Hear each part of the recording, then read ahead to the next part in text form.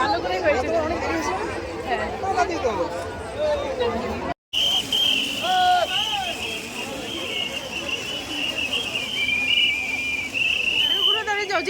High বন্ধুরা, দেখো পুরো রেডি হয়ে গেছি। তোমরা ভাবছো কোথায় যাচ্ছি? যাচ্ছি ঠাকুর দেখতে কল্যাণীতে।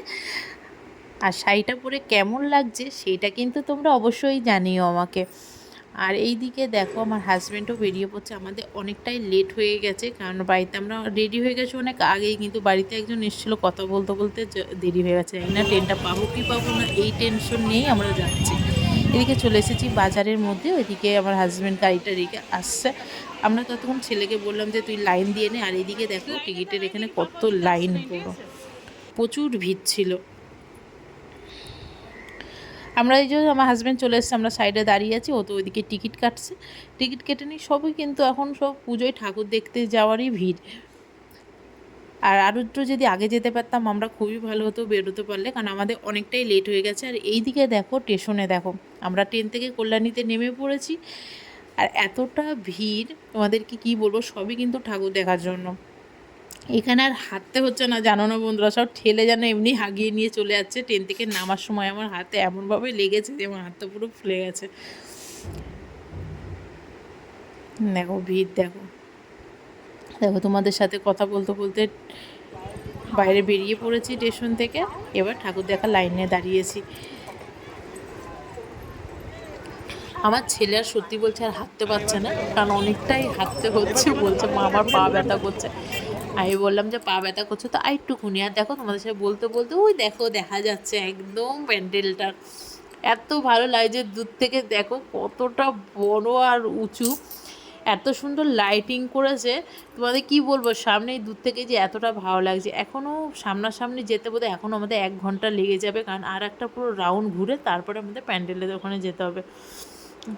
দেখো একটু কাছে চলে আসলাম। আর এই দিকে দেখো আমার হাজব্যান্ড আর ছেলে, আমার ছেলে আর পাচ্ছে না হাঁটতে। দেখো এবার দেখো কত সুন্দর লাগছে, তোমরা শুধু সেইটা দেখো।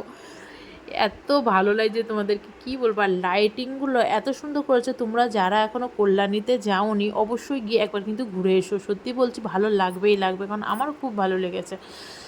দেখো একদম প্যান্ডেলের সামনে চলে এসেছি। ওখানে না ফোন ধরে যে ভিডিও করব সেরকম কোনো পরিস্থিতি না, হাত থেকে ফোন পড়ে যাওয়ার মতো না। দেখো সবাই ভিডিও করছে।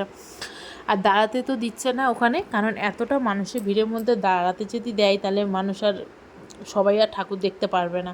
দেখো হাতের কাজগুলো দেখো কত সুন্দর করে করেছে। যেরকম বাইরেটা এত সুন্দর লাগছিলো না, ঠিক ভেতরটা ঠিক সেরকমই সুন্দর। খুব ভালো লাগছে, খুব ভালো লেগেছে আমার। আর একটা জিনিস তোমরা লক্ষ্য করো বন্ধুরা, সবার হাতে ফোন উঁচু করে সবাই ভিডিও করছে। এখন আমাদের এমন অবস্থা হয়ে গেছে যে কি বলবো তোমাদের, কিন্তু খুবই ভালো লেগেছে, খুবই ভালো লেগেছে। তোমরা যদি যাওনি তো অবশ্যই যেও, বারবারই তোমাদেরকে বলছি আমি।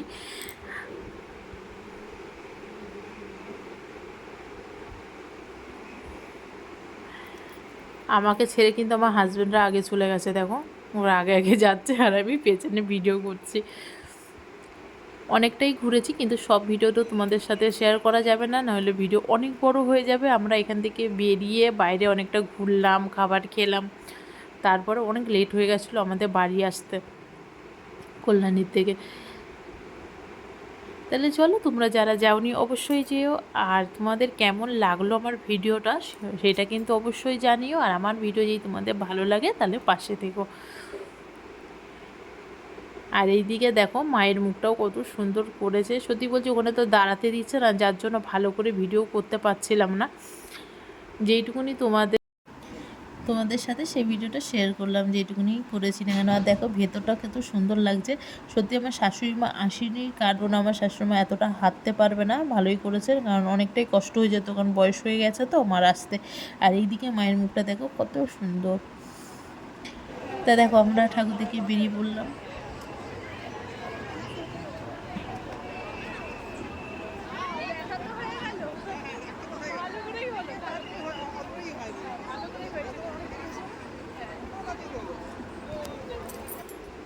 দেখো এদিকে মেলায় ঢুকে গেছি, এবার একটু ঘুরবো, তারপর আমরা বাড়ি যাব।